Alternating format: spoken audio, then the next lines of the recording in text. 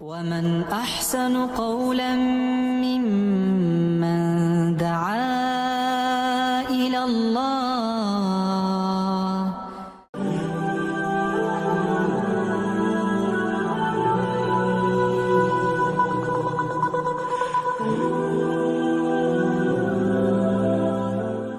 آج زمانہ بڑا عجیب ہے.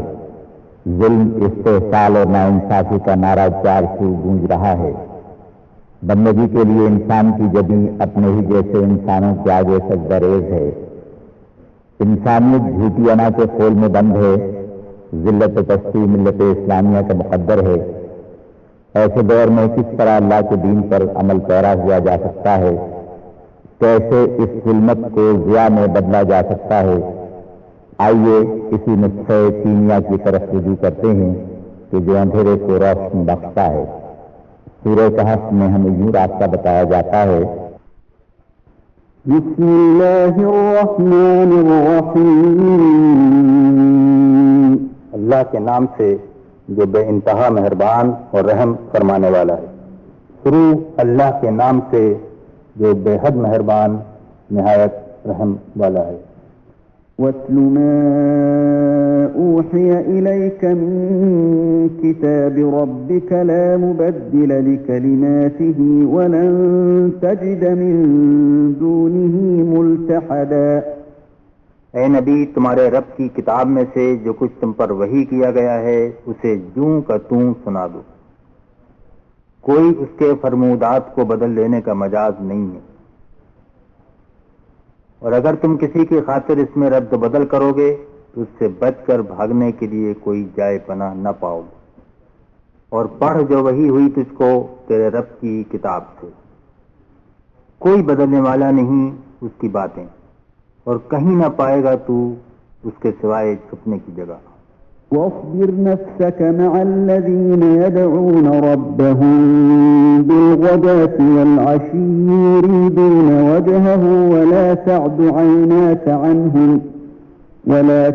عَيْنَاكَ عَنْهُمْ تُرِيدُ زِينَةَ الْحَيَاةِ الدُّنْيَا وَلَا تُطِعْ مَنْ أَغْفَلْنَا قَلْبَهُ عَنْ ذِكْرِنَا وَاتَّبَعَ هَوَاهُ وَكَانَ أَمْرُهُ فُرُطًا. اور اپنے دل کو ان لوگوں کی معیت پر مطمئن کرو جو اپنے رب کی رضا کے طلبگار بن کر صبح و شام اسے پکارتے ہیں، اور ان سے ہرگز نگاہ نہ پھیرو. کیا تم دنیا کی زینت پسند کرتے ہو؟ کسی ایسے شخص کی اطاعت نہ کرو جس کے دل کو ہم نے اپنی یاد سے غافل کر دیا ہے، اور جس نے اپنی خواہش نفس کی پیروی اختیار کر لی ہے، اور جس کا طریقہ کار افراط و تفریط پر مبنی ہے. اور روکے رکھ اپنے آپ کو ان کے ساتھ جو پکارتے ہیں اپنے رب کو صبح اور شام، طالب ہیں اس کے منہ کے. اور نہ دوڑیں تیری آنکھیں ان کو چھوڑ کر تلاش میں رونق زندگانی دنیا کی. اور نہ کہا مان اس کا جس کا دل غافل کیا ہم نے اپنی یاد سے، اور پیچھے پڑا ہوا ہے اپنی خوشی کے، اور اس کا کام ہے حد پر نہ رہنا. وَقُلِ الْحَقُّ مِنْ رَبِّكُمْ فَمَنْ شَاءَ فَلْيُؤْمِنْ وَمَنْ شَاءَ فَلْيَكْفُرْ. إِنَّا أَعْتَدْنَا لِلظَّالِمِينَ نَارًا أَحَاطَ بِهِمْ سُرَادِقُهَا وَإِنْ يَسْتَغِيثُوا يُغَاثُوا بِمَاءٍ كَالْمُهْلِ يَشْوِي الْوُجُوهَ بِئْسَ الشَّرَابُ وَسَاءَتْ مُرْتَفَقًا. صاف کہہ دو کہ یہ حق ہے تمہارے رب کی طرف سے. اب جس کا جی چاہے مان لے اور جس کا جی چاہے انکار کر دے. ہم نے انکار کرنے والے ظالموں کے لیے ایک آگ تیار کر رکھی ہے جس کی لپٹیں انہیں گھیرے میں لے چکی ہیں. وہاں اگر وہ پانی مانگیں گے تو ایسے پانی سے ان کی تواضع کی جائے گی جو تیل کی تلچھٹ جیسا ہوگا اور ان کا منہ بھون ڈالے. بدترین پینے کی چیز اور بہت بری آرام گاہ. اور کہہ سچی بات ہے تمہارے رب کی طرف سے کہ جو کوئی چاہے مانے اور جو کوئی چاہے نہ مانے.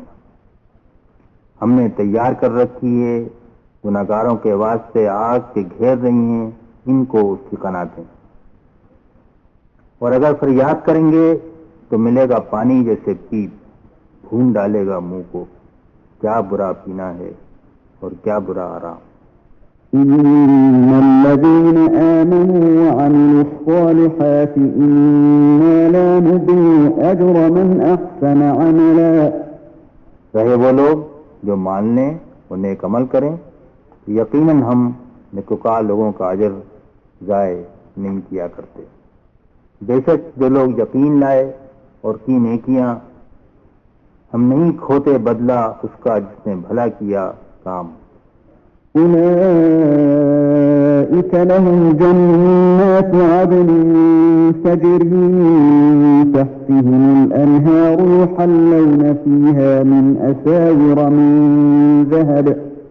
يحلون فيها من أساور من ذهب ويلبسون ثيابا خضرا من سندس واستبرق متكئين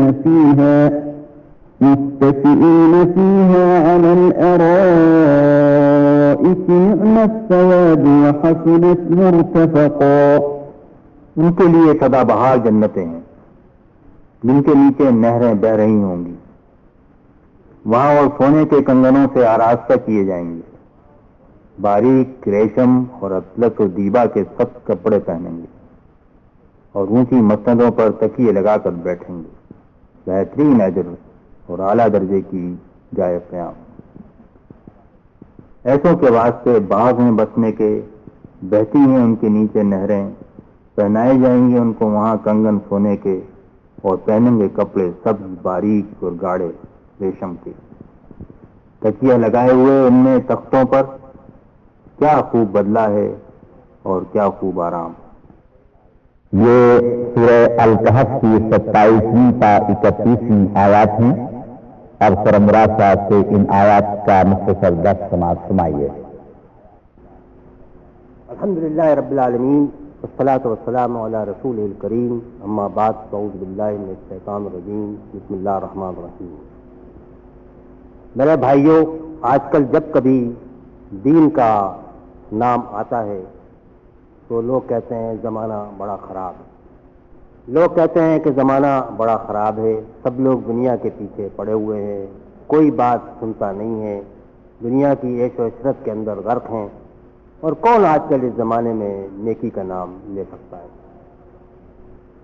کیا کوئی ایسا نسخہ ہے جو ایسے زمانے میں جب ہر طرف بدی چھائی ہوئی ہو، لوگ دولت کے پجاری بن گئے ہوں، دنیا کے اندر غرق ہوں، تو وہ نسخہ ہم کو ایمان اور عمل کے راستے پر قائم کر سکے؟ یہ وہ سوال ہے جس کا جواب سورہ الکہف کی ان آیات میں ہے جو میں آپ کے سامنے تلاوت بھی کروں گا اور اس کی تشریح بھی کروں گا۔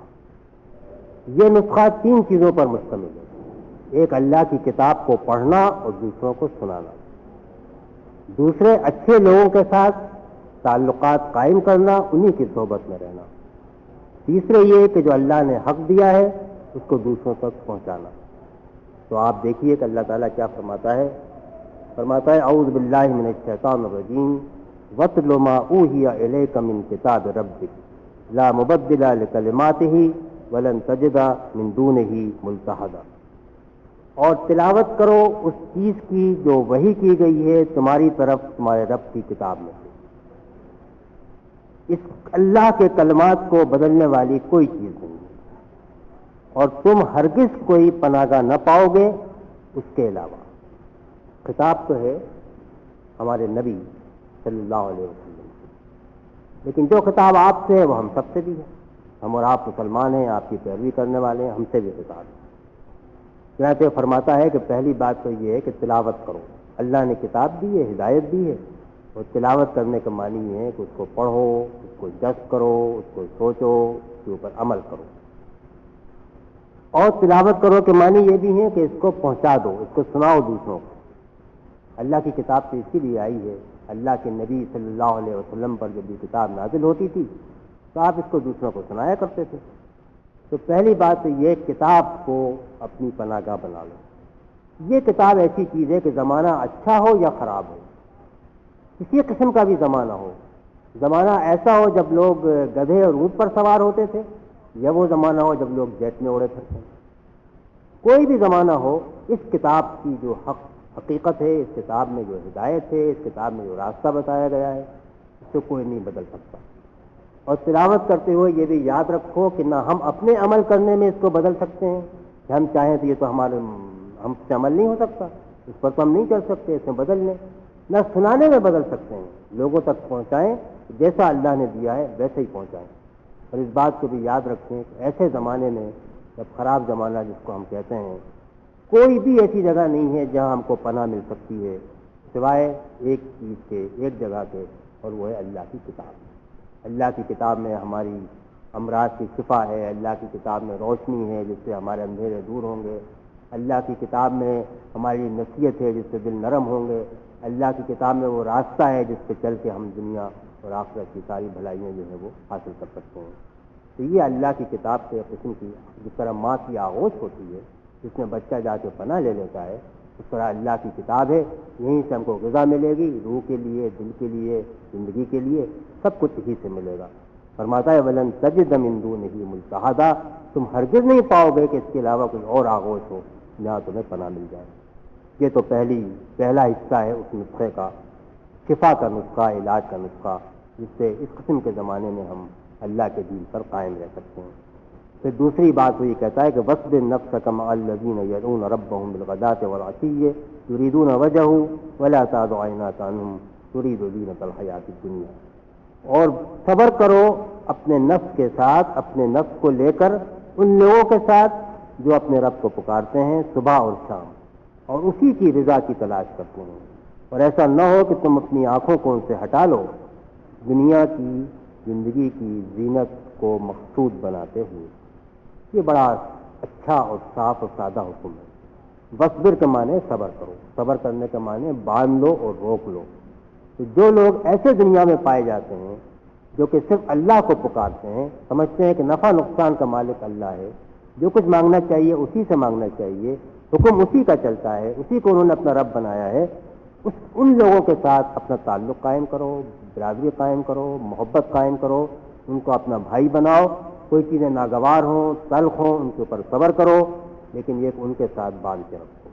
یہ وہ لوگ ہیں جو صبح شام اللہ کو یاد کرتے ہیں، تم کو بھی اللہ کو یاد کرنا چاہیے۔ اور یہ وہ لوگ ہیں جن کا مقصد صرف یہ ہے کہ اللہ کی رضا حاصل کریں، اور کوئی مقصد نہیں ہے، جن کا مقصد اللہ کی رضا ہے، جن کا طریقہ اللہ کی یاد ہے، ان کے ساتھ اپنے آپ کو باندھ دو۔ پھر فرمایا کہ ایسا نہ ہو کہ دنیا جب آئے تمہارے سامنے، اس کی کشش آئے، اس کا سامان آئے، کہ تمہاری نگاہ ہٹ کے ان کی طرف چلی جائے، دنیا کی طرف۔ جہاں آدمی کی نگاہ جاتی ہے وہیں پر دل جاتا ہے، جہاں آنکھ لڑتی ہے وہیں پر دل بھی لڑ جاتا ہے۔ تو دل کو بھی ان لوگوں کے ساتھ جمائے رکھو، اور دنیا کے ساتھ دل کو نہ لگاؤ، دنیا کو مقصود نہ بناؤ۔ اور ساتھ ہی یہ بھی بتایا کہ وہ کون سے کس قسم کے لوگ ہیں کہ جن کا کہنا نہ مانو، جن کے پیچھے نہ چلو، جن کے ساتھ تعلق قائم نہ کرو، جن کو رشک بھری نگاہوں سے نہ دیکھو، یہ نہ للچاؤ کہ ہم ان جیسے ہو جائیں۔ ایسے لوگوں کی بھی اللہ تعالیٰ نے 3 صفات بیان کی۔ فرمایا کہ وَلَا تُطِعْ مَنْ أَغْفَلْنَا قَلْبَهُ عَنْ ذِكْرِنَا، اس کا کہنا مت مانو، اس کے پیچھے مت جاؤ، اس کی بات پہ دھیان مت دو، جس کے دل کو ہم نے اپنی یاد سے غافل کر دیا۔ یعنی دل میں اللہ کا خیال ہی نہیں آتا، کوئی بھی کام کر رہے ہیں، کچھ بھی کما رہے ہیں، زندگی کیسے ہی بسر کر رہے ہیں، بھول کے بھی نہیں سوچتے کہ اللہ تعالیٰ ہے اور وہ ہم سے کیا چاہتا ہے۔ تو زبان پہ اللہ کا نام بھی ہو لیکن آدمی نہ سوچے، یہ بھی دل کا اللہ سے غافل ہونا ہے۔ پہلی چیز تو یہ ہے، جب دل اللہ کی یاد سے غافل ہو گیا تو پھر آدمی تو اپنے خواہشات کے پیچھے جائے گا۔ چنانچہ دوسری بات اللہ نے فرمائی کہ وَاتَّبَعَ هَوَاهُ، اور اس آدمی کا کہنا بھی مت مانو جو اپنے خواہش کے پیچھے پڑ گیا، اسی کی پیروی کرتا ہے، اسی کو حاصل کرنا چاہتا ہے۔ اور تیسری بات یہ بتائی کہ وَكَانَ أَمْرُهُ فُرُطًا، دنیا کے جتنے کام کرتا ہے، جو کچھ سوچتا ہے، جو اس کی رائے بنتی ہے، جو اس کی فکر ہوتی ہے، جو اس کی سوسائٹی ہوتی ہے، اس کا نظام ہوتا ہے، یہ سارے کام اس کے حد سے نکلے ہوئے ہوتے ہیں۔ تو یہ 3 قسم کی صفات دیکھ لو، ایسے لوگوں کے ساتھ مت بندھو ان کے ساتھ جن کا مقصود اللہ کی رضا ہے اور جو صبح شام اللہ کو یاد کرتے ہیں۔ پھر تیسری بات اللہ تعالیٰ نے فرمائی کہ اور وَقُلِ الْحَقُّ مِن رَّبِّكُمْ فَمَن شَاءَ فَلْيُؤْمِن وَمَن شَاءَ فَلْيَكْفُرْ، اور کہو کہ حق تو بس وہ ہے جو کہ تمہارے رب کی طرف سے ہے. بس جس کا دل چاہے وہ ایمان لائے، جو چاہے وہ ایمان لائے، اور جو چاہے وہ اس کا انکار کرے. یعنی حق تو وہی ہو سکتا ہے جو رب نے دیا ہے، اس میں تو کوئی شک و شبہ ہی گنجائش نہیں. اس حق کو پیش کرو اور لوگوں سے کہہ دو کہ بس یہی حق ہے، اور اس بات کی پرواہ مت کرو کون مانتا ہے کون نہیں مانتا. یہ کام تو کرنا ہی ہے، خواہ لوگ اس کو مانیں یا نہ مانیں. ماننا نہ ماننا تو ہر آدمی کا کام ہے. اللہ نے ہر ایک کو اختیار دیا ہے، ہر ایک کو مقام دیا ہے، ہر ایک کو آزادی دی ہے، وہ جو چاہے کرے. اسی میں تو اس کا امتحان ہے. چنانچہ اس نے فرما دیا ہے کہ دیکھو اس کی پرواہ تم مت کرنا، اپنے کام کو جاری رکھنا. تو یہ 3 باتیں ہو گئی. پھر اب اس نے یہ بھی فرمایا ہے کہ جو لوگ کے ایمان لائیں گے ان کو اللہ تعالیٰ کیا اجر دے گا، اور جو لوگ کے ایمان نہیں لائیں گے، انکار کی روش پہ قائم رہیں گے، ان کے لیے کیا سزا تیار کی گئی ہے. فرماتا ہے کہ انا اعتدنا للظالمین نارا احاط بهم سرادقها وان يستغيثوا يغاثوا بماء كالمهل يشوي الوجوه بئس الشراب وساءت مرتفقا. ہم نے تیار کر رکھی ہے ظالموں کے لیے ایک آگ. ظالم کون ہے؟ ظالم وہ جنہوں نے کہ کفر کا راستہ، ناشکری کا راستہ اختیار کیا. یہ آگ ایسی ہے کہ اس کے جو پردے ہیں وہ ابھی سے ان کو گھیرے میں لے رہے ہیں، اور وہاں ایسا مقام ہوگا کہ اگر یہ پانی مانگیں گے تو ان کو جو پانی دیا جائے گا وہ تانبے کی طرح کھولتا ہوا پانی ہوگا جو ان کے منہ کو بھون ڈالے گا. اللہ کی پناہ مانگنا چاہیے، کیسا عذاب ہے ان کے لیے. اور وہ عذاب وہیں نہیں ملے گا بلکہ یہاں بھی جو لوگ کہ اللہ کا انکار کرتے ہیں ان کی زندگی میں بے اطمینانی کی اور بے چینی کی اور سکون کی بربادی کی آگ بھڑک اٹھتی ہے. تو یہاں بھی دنیا سے وہ آگ کے گھیرے میں آنا شروع ہو جاتے ہیں. اور وہاں جا کر تو یہ ہے، یہاں پر تو ہر خواہش پوری کرتے ہیں، واتبع ہواہ فرمایا. لیکن وہاں پر تو جو خواہش کریں گے، سخت گرمی میں پیاس لگے گی پانی مانگیں گے تو وہ خواہش بھی پوری نہیں ہوگی، اس کا الٹا ملے گا. کھولتا ہوا پانی، کھولتا ہوا تانبا وہ ملے گا کہ جو منہ کو بھون ڈالے گا. بئس شراب و ساعت مرتفقہ. اتنی بری پینے کی چیز ہے، اس کے پیچھے آپ کیوں جائیں؟ اتنا برا ٹھکانہ ہے، اس کو اپنا مسکن کیوں بنائیں؟ اور جو لوگ کہ ایمان اور عمل صالح کا راستہ اختیار کریں گے ان کے لیے اللہ نے کیا اجر تیار کر رکھا ہے. اب وہ فرماتا ہے ان الذین آمنوا وعملوا الصالحات ان لا نضيع اجر من احسن عملا اولئک لهم جنات عدن تجری من تحتهم الانہار يحلون فيها من اساور من ذهب ويلبسون ثيابا خضرا من سندس واستبرق متكئين فيها على الارائك نعم الثواب وحسنت مرتفقا. اور اس کے مقابلے میں بے شک جن لوگوں نے ایمان کا راستہ اختیار کیا اور عمل صالح کا راستہ اختیار کیا ان سے ہمارا پہلا وعدہ کیا ہے؟ ہم کسی ایسے آدمی کا جس نے نیک عمل کیا ہو اس کی مزدوری ضائع نہیں جائے گی، اس کا اجر ہم ضائع نہیں کریں گے. دیکھیے یہ بھی بڑا وعدہ ہے. دنیا کے لیے آدمی محنت کرتا ہے، رات دن پسینہ بہاتا ہے، جو چیز چاہتا ہے وہ ملتی نہیں ہے. کتنی دنیا کی محنت ضائع ہو جاتی ہے. لیکن اللہ تعالیٰ نے فرمایا کہ جو ایمان اور عمل صالح کی راہ پہ چلے گا اس کی ہر مزدوری کا پورا پورا معاوضہ اس کو ملے گا. اور وہ معاوضہ کیا ہوگا؟ ان کے لیے باغات ہیں، ہمیشہ سرسبز رہنے والے باغات ہیں، ان کے نیچے نہریں بہتی ہیں، اور اس میں ان کی عزت ہوگی، ان کا اکرام ہوگا.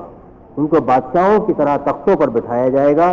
ان کو کنگن پہنائے جائیں گے سونے کے، اور کپڑے پہنائے جائیں گے سبز رنگ کے، پتلے ریشم کے بھی اور موٹے ریشم کے بھی. اور وہاں وہ تخت کے اوپر بیٹھے ہوں گے. تو وہاں کا لباس کیسا ہوگا، وہاں کا کھانا پینا کیسا ہوگا، وہاں کے تخت کیسے ہوں گے، تو دنیا ہی دوسری ہے. نہ میں جانتا ہوں، نہ آپ جانتے ہیں، نہ میں بیان کر سکتا ہوں، نہ آپ اس کو سمجھ سکتے ہیں. لیکن دنیا میں تو ہم دیکھتے ہیں کہ بادشاہ ہوتے ہیں جن کو سونے کی چیزیں پہنتے ہیں، تخت پر بیٹھتے ہیں اور ریشم کے کپڑے پہنتے ہیں.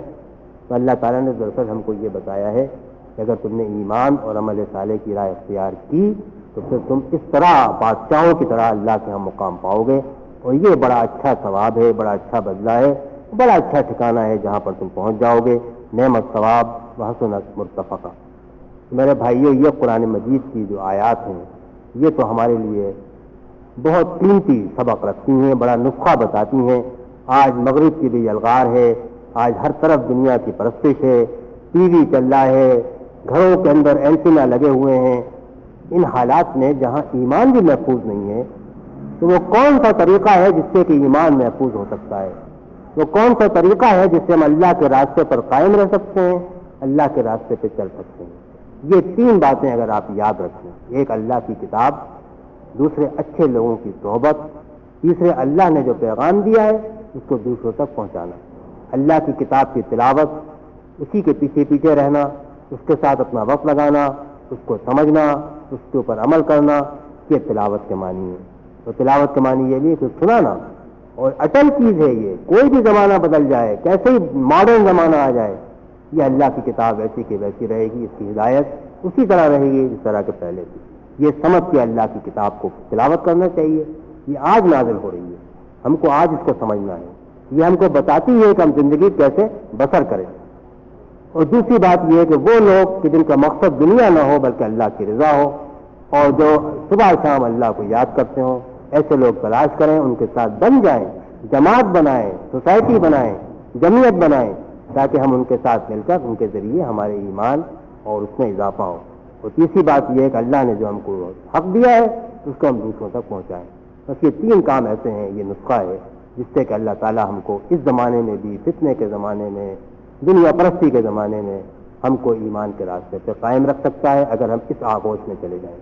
اللہ تعالیٰ مجھے اور آپ کو سب کو انہی 3 چیزوں پر عمل کی توفیق عطا فرمائے. وآخر دعوانا ان الحمدللہ رب العالمین. فریضہ تکبیر کی ادائیگی یعنی اللہ کی کبریائی کا اعلان اپنے انگریزہ اقتدار پر پھول کر اپنی حقیقت کو بھول جانے والے انسان کے لیے ہر دور میں ناقابل برداشت رہا ہے. جرم حق گوئی کی سزا ہمیشہ دار و رسم اور زہر کے پیالوں کی شکل میں دی گئی ہے. علمبرداران حق کو نیچا دکھانے کے لیے خداوندان باطلہ نے ہر حربہ آزمایا ہے اور کوئی ایسا حق کنڈا باقی نہیں رکھا جو حق و باطل کو پامال کرنے کے لیے باطل پرستوں نے استعمال نہ کیا ہو. جھوٹ، تہمت، افتراء سے لے کر تانے، پھپتیوں اور تالیاں پیٹنے تک، ظلم و ستم کے پہاڑ توڑنے سے لے کر معاشی اور معاشرتی بائیکاٹ تک، پھانسی کے پتوں سے لے کر عوام میں ذلیل و رسوا کرنے تک، وہ کون سا حربہ ہے جسے داعیان حق کے لیے نہ آزمایا گیا ہو. لیکن مخلص مومن، سچے مسلم اور حقیقی پیروان حق ہی وہ لوگ ہیں جو اپنا مال و جان تج کر اور قسم بردوش ہو کر اسلام کی راہ میں سرفروشی کا ثبوت دیں، جو حق و باطل کی کشمکش میں پہلے سے ہی اختیار نہ کریں، جو اقامت دین اور مدافعت دین کی کٹھنائیوں سے جی نہ چرائیں. ان کے عقائد راسخ، ان کا کردار اسلامی، ان کے اخلاق پختہ اور ان کا نسب العین رضائے الہی کا حصول ہو. یقیناً کامیابی کا چہرہ ایسے ہی دل جردہ رکھنے والے لوگوں کے سر بنے گا. سورہ حامیم کی آیات میں اللہ تعالیٰ نے یہی فرمایا ہے. آئیے محترم خرم مراد صاحب کا انہی آیات کی روشنی میں درس قرآن سنتے ہیں. بسم اللہ الرحمن الرحیم. اللہ کے نام سے جو بے انتہا مہربان اور رحم فرمانے والا. شروع اللہ کے نام سے جو بے حد مہربان نہایت رحم والا ہے. ان الذين قالوا ربنا الله ثم استقاموا تتنزل عليهم الملائكة ألا تخافوا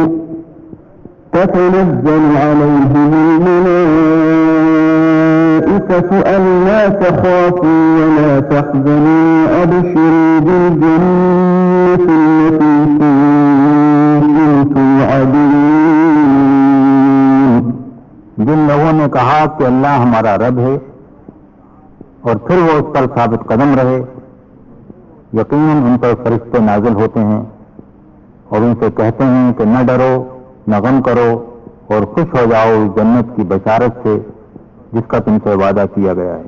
تحقیق جنہوں نے کہا رب ہمارا اللہ ہے پھر اسی پر قائم رہے، ان پر اترتے ہیں فرشتے کہ تم مت ڈرو اور نہ غم کھاؤ اور خوشخبری سنو اس بحث کی جس کا تم سے وعدہ کیا تھا. نحن أولياؤكم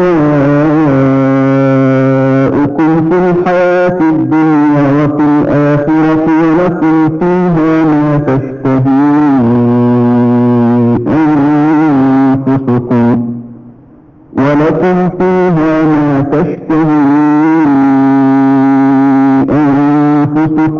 لكم فيها ما تدعون. ہم اس دنیا کی زندگی میں بھی تمہارے ساتھی ہیں اور آخرت میں بھی. وہاں جو کچھ تم چاہو گے تمہیں ملے گا، اور ہر چیز جس کی تم تمنا کرو گے وہ تمہاری ہوگی. ہم ہیں تمہارے رفیق دنیا میں اور آخرت میں، اور تمہارے لیے وہاں ہے جو چاہے چیز تمہارا، اور تمہارے لیے وہاں ہے جو کچھ مانگو. نزلا من غفور رحيم. یہ ہے سامان ضیافت اس ہستی کی طرف سے جو غفور اور رحیم ہے، مہمانی ہے اس بخشنے والے مہربان کی طرف سے. ومن أحسن قولا ممن دعا إلى الله وعمل صالحا وقال إنني من المسلمين. اور اس شخص کی بات سے اچھی بات اور کس کی ہوگی جس نے اللہ کی طرف بلایا اور نیک عمل کیا اور کہا کہ میں مسلمان ہوں. اور اس سے بہتر کس کی بات جس نے بلایا اللہ کی طرف اور کیا نیک کام اور کہا میں حکم بردار ہوں. ولا تستوي الحسنة ولا السيئة ادفع بالتي هي أحسن فإذا الذي بينك وبينه عداوة كأنه ولي حميم. اور اے نبی، نیکی اور بدی یکساں نہیں ہیں. تم بدی کو اس نیکی سے دفع کرو جو بہترین ہے. تم دیکھو گے کہ تمہارے ساتھ جس کی عداوت پڑی ہوئی تھی وہ جگری دوست بن گیا ہے. برابر نہیں نیکی اور نہ بدی. جواب میں وہ کہہ جو اس سے بہتر ہو. پھر تو دیکھ لے کہ تجھ میں اور جس میں دشمنی تھی گویا دوستدار ہے قرابت والا. وما يلقاها إلا الذين صبروا وما يلقاها إلا ذو حظ عظيم. یہ صفت نصیب نہیں ہوتی مگر ان لوگوں کو جو صبر کرتے ہیں، اور یہ مقام حاصل نہیں ہوتا مگر ان لوگوں کو جو بڑے نصیبے والے ہیں. اور یہ بات ملتی ہے انہی کو جو سہار رکھتے ہیں، اور یہ بات ملتی ہے اسی کو جس کی بڑی قسمت ہے. وَإِنَّ مِنَ الشَّيْطَانِ نَزْغٌ فَاسْتَعِذْ بِاللَّهِ إِنَّهُ هُوَ السَّمِيعُ الْعَلِيمُ. اور اگر تم شیطان کی طرف سے کوئی اکساہٹ محسوس کرو تو اللہ کی پناہ مانگ لو، وہ سب کچھ سنتا اور جانتا ہے. اور جو کبھی چوک لگے تجھ کو شیطان کے چوک لگانے سے تو پناہ پکڑ اللہ کی، بے شک وہی ہے سننے والا جاننے والا. یہ آیات حامیم سجدہ 30 تا 36 ہیں، اور سرمرا صاحب سے ان آیات کا مختصر درس سماعت فرمائیے. الحمدللہ رب العالمین والصلاۃ والسلام علی رسول الکریم، اما بعد فاعوذ باللہ من الشیطان الرجیم، بسم اللہ الرحمن الرحیم. برادران عزیز، یہ بات کہ اللہ ہمارا رب ہے ہر وقت ہماری زبان پر رہتی ہے. نماز پڑھتے ہیں تو کئی دفعہ یہی بات کہتے ہیں، دعا مانگتے ہیں تو کہتے ہیں کہ اے اللہ، اے ہمارے رب. کیا کبھی آپ نے سوچا کہ اللہ کو اپنا رب مان لینے کے معنی کیا ہیں؟ قرآن مجید کی یہ چند آیات جو سورہ حامیم السجدہ میں آئی ہیں یہی بات ہم کو بتاتی ہیں. اللہ تعالیٰ فرماتا ہے اعوذ باللہ من الشیطان الرجیم ان الذین قالوا ربنا اللہ ثم استقاموا تتنزل علیہم الملائکۃ الا تخافوا ولا تحزنوا. بے شک جو لوگ کہتے ہیں کہ ہمارا رب اللہ ہے پھر وہ اس کے اوپر جم جاتے ہیں، ان کے اوپر فرشتے اترتے ہیں اور کہتے ہیں کہ ڈرو مت اور نہ غم کھاؤ.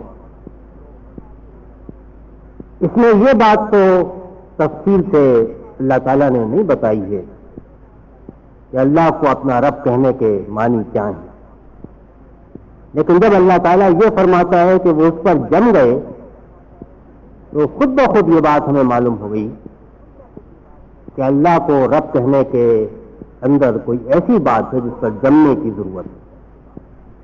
تو پہلے تو ہم یہ دیکھیں کہ اللہ کو رب ماننے کے معنی کیا ہیں۔ رب کے معنی کیا ہے؟ رب کے معنی ہے جو پالنے والا ہے، پرورش کرنے والا ہے۔ اللہ تعالیٰ تو ایسا پالنے والا ہے کہ آسمان، زمین، پہاڑ، بادل، سمندر، زمین، کھیتی باڑی، سب کی قوتوں پر اس کا کنٹرول ہے، اور اس کے ذریعے گیہوں کا ایک دانہ، پانی کی ایک گھونٹ اور ساری غذا ہم تک پہنچتی ہے۔ اس کے معنی ہے کہ اللہ ہمارا صرف پالنے والا ہی نہیں ہے بلکہ وہ اس پوری کائنات کا حاکم ہے، یہاں پر اسی کا حکم چلتا ہے، ہر چیز اس کی قدرت میں ہے۔ اس کے معنی یہ ہے کہ ہم کو جو کچھ ملا ہے اسی کا دیا ہوا ہے، ہم اس کے غلام ہیں، ہم اس کے ملازم ہیں، وہ ہمارا مالک ہے، وہ ہمارا آقا ہے۔ اور اس کے معنی یہ بھی ہے کہ اس کے علاوہ اور کوئی نہیں ہے جس کا حکم چلتا ہو جو ہمارا آقا ہو۔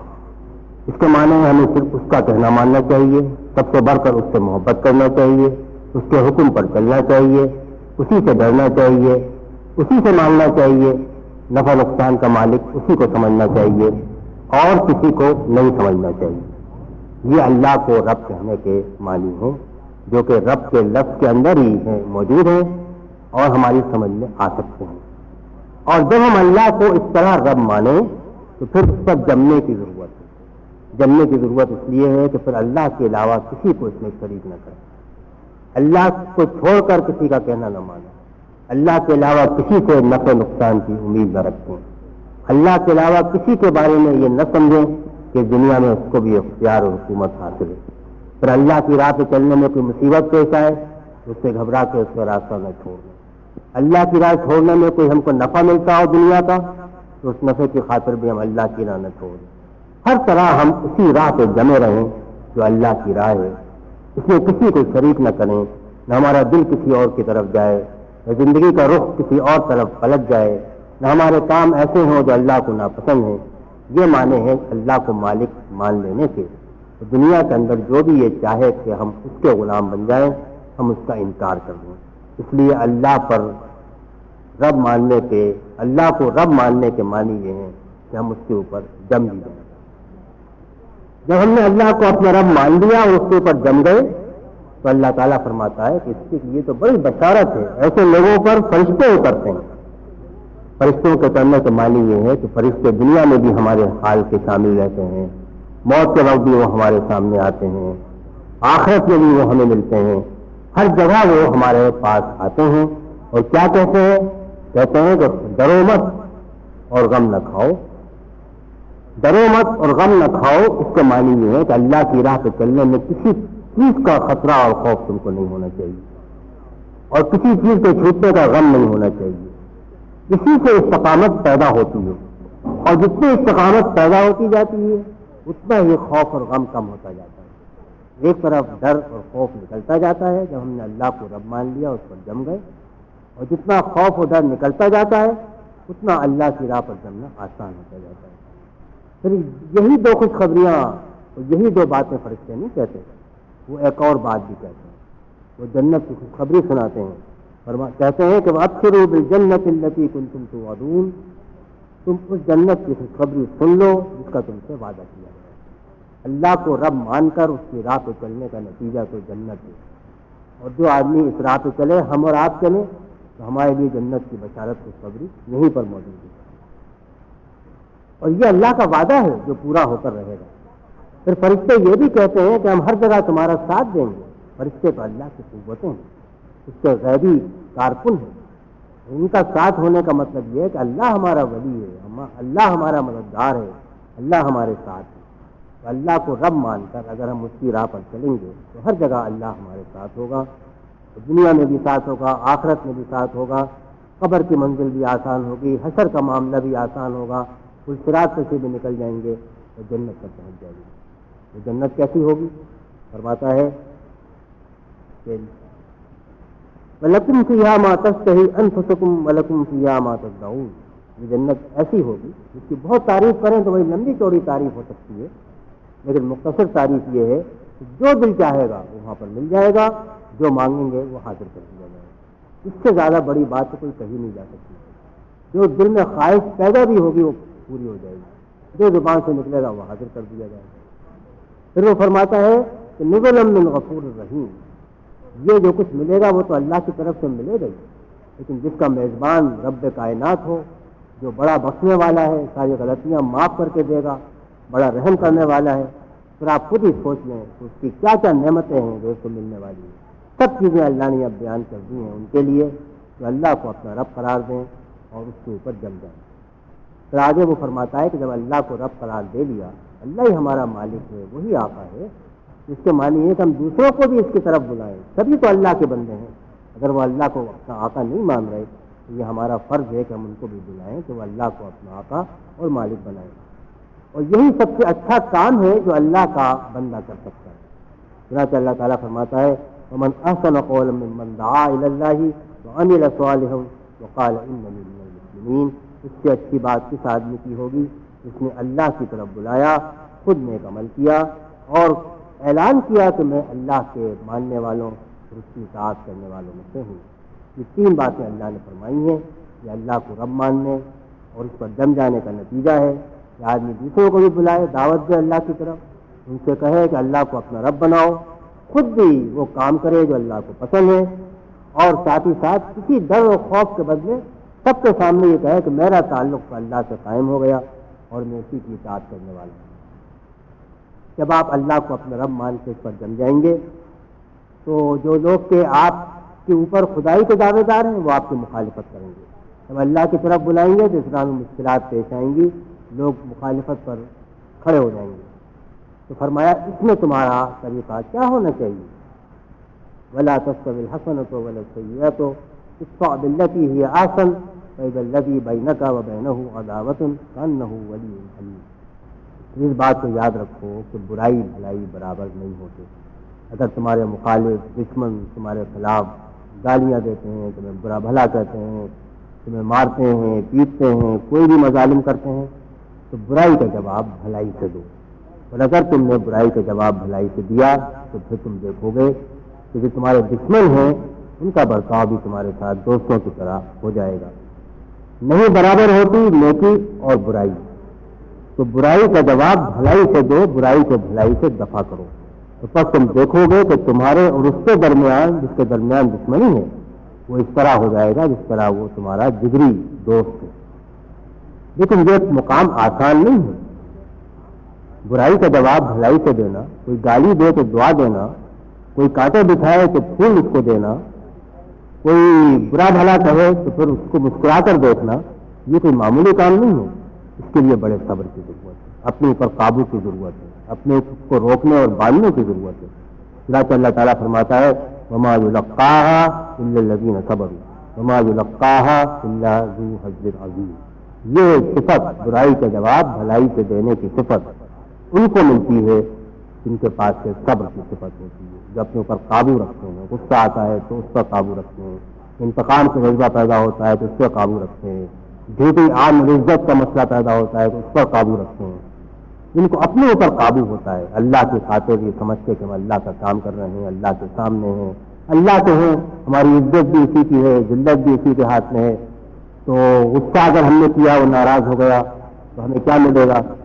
تو فرمایا کہ یہ دراصل انہیں کو ملتا ہے، اور جس کو یہ مل جائے تو وہ بڑی اونچی قسمت والا آدمی ہے۔ دنیا کے خزانے دولت قسمت نہیں ہے، اصل تو نصیب والا وہ ہے جس کو کہ یہ صبر مل جائے اور وہ اپنے اوپر اتنا قابو رکھتا ہو کہ لوگوں کی برائی کا جواب جو ہے وہ بھلائی سے دے، پھر تو دل اس کے لیے فتح ہوتے چلے جاتے ہیں۔ سونے چاندی کے ڈھیر تو نہیں رکھتے، لیکن لوگوں کے دل اس کے قدموں میں ڈھیر ہوتے چلے جاتے ہیں۔ یہ بڑے نصیب و قسمت کی بات ہے، لیکن شیطان کے ساتھ لگا ہوا ہے، اور شیطان تو وسوسے ڈالتا ہے اور کہتا ہے کہ اگر تم نے بدلہ نہیں لیا تو پھر لوگ تم کو بڑا بزدل سمجھیں گے، اور بے شمار بھلاوے دیتا ہے۔ اس کا علاج بھی اللہ نے بتا دیا کہ وَإِمَّا يَنزَغَنَّكَ مِنَ الشَّيْطَانِ نَزْغٌ فَاسْتَعِذْ بِاللَّهِ إِنَّهُ هُوَ السَّمِيعُ الْعَلِيمُ۔ اور اگر ایسا ہو کہ شیطان تمہیں اپنے دھوکے میں مبتلا کر دے، تمہیں جھوٹ میں ڈال دے، تو اس کا پھندا تمہارے دل پڑ جائے تو اللہ کی پناہ لے لو، اللہ سے پناہ مانگو، اس لیے کہ اللہ سننے والا اور جاننے والا ہے۔ تم پناہ مانگو گے وہ تمہاری پکار کو سنے گا. تم پر جو گزر رہی ہے اس کو وہ جانتا ہے, اور اس سے بڑھ کر کون پناہ دے سکتا ہے. تو اگر کوئی دل کے اندر خیال پیدا بھی ہو تو برائی کا جواب برائی سے دینا چاہیے. کسی نے پتھر مارا ہے تو لاٹھی مارنا چاہیے, کسی نے ہمارا ایک آدمی مارا ہے تو 2 آدمی مارنے چاہیے.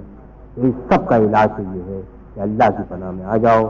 جو اللہ تمہارا رب ہے اور جس کو تم نے رب مان کر اس کے مقام کے اوپر جم گئے.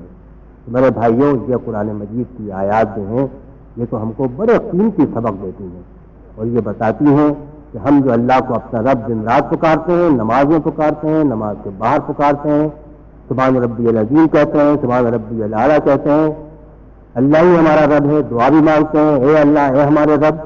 یہ صرف زبان سے کہنے کی بات نہیں ہے, اس کے لیے عمل کی ضرورت ہے, اس کے لیے جمنے کی ضرورت ہے, اس کے لیے استقامت کی ضرورت ہے. استقامت کے لیے خوف اور ڈر نکالنے کی ضرورت ہے.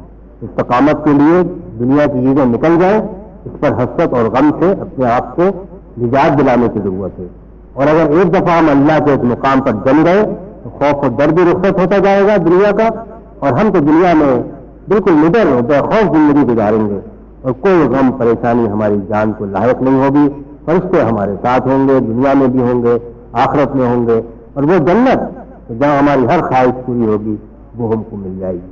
تو میرے بھائیوں, ایک تو اللہ کو رب کہنا, اس پر جم جانا, اس بات کی یاد رکھیے. اور دوسری بات یہ کہ پھر اس کا یہ بھی جب اللہ کو رب مان لیا تو اللہ کے دوسرے بندوں کو بھی بلائیے, وہ بھی اللہ کو اپنا رب مانے, وہ بھی اللہ کی راہ پہ چلے, خود بھی نیک عمل کیجیے, ان کو بھی دعوت دیجیے. اور اگر اس راہ میں کوئی مشکلات پیش آئے تو کوشش کیجیے کہ جو آپ کے ساتھ برائی کرے, مخالفت کرے, آپ مسکرا کے اچھی بات کہہ کے اس کا مقابلہ کریں. آپ دیکھیں گے کہ دنیا کے لوگوں کے دل آپ کے لیے فتح ہوتے جائیں گے, لوگ آپ کے قدموں پہ آگے گرتے جائیں گے. اللہ کا دین غالب ہوگا, اللہ کا دین قائم ہوگا, دنیا پر صرف اللہ کی حکومت قائم ہو جائے گی. یہی اس کا راستہ ہے. اللہ مجھے اور آپ کو سب کو اس پر عمل کی توفیق عطا فرمائے. وآخر دعوانا ان الحمد للہ رب العالمین.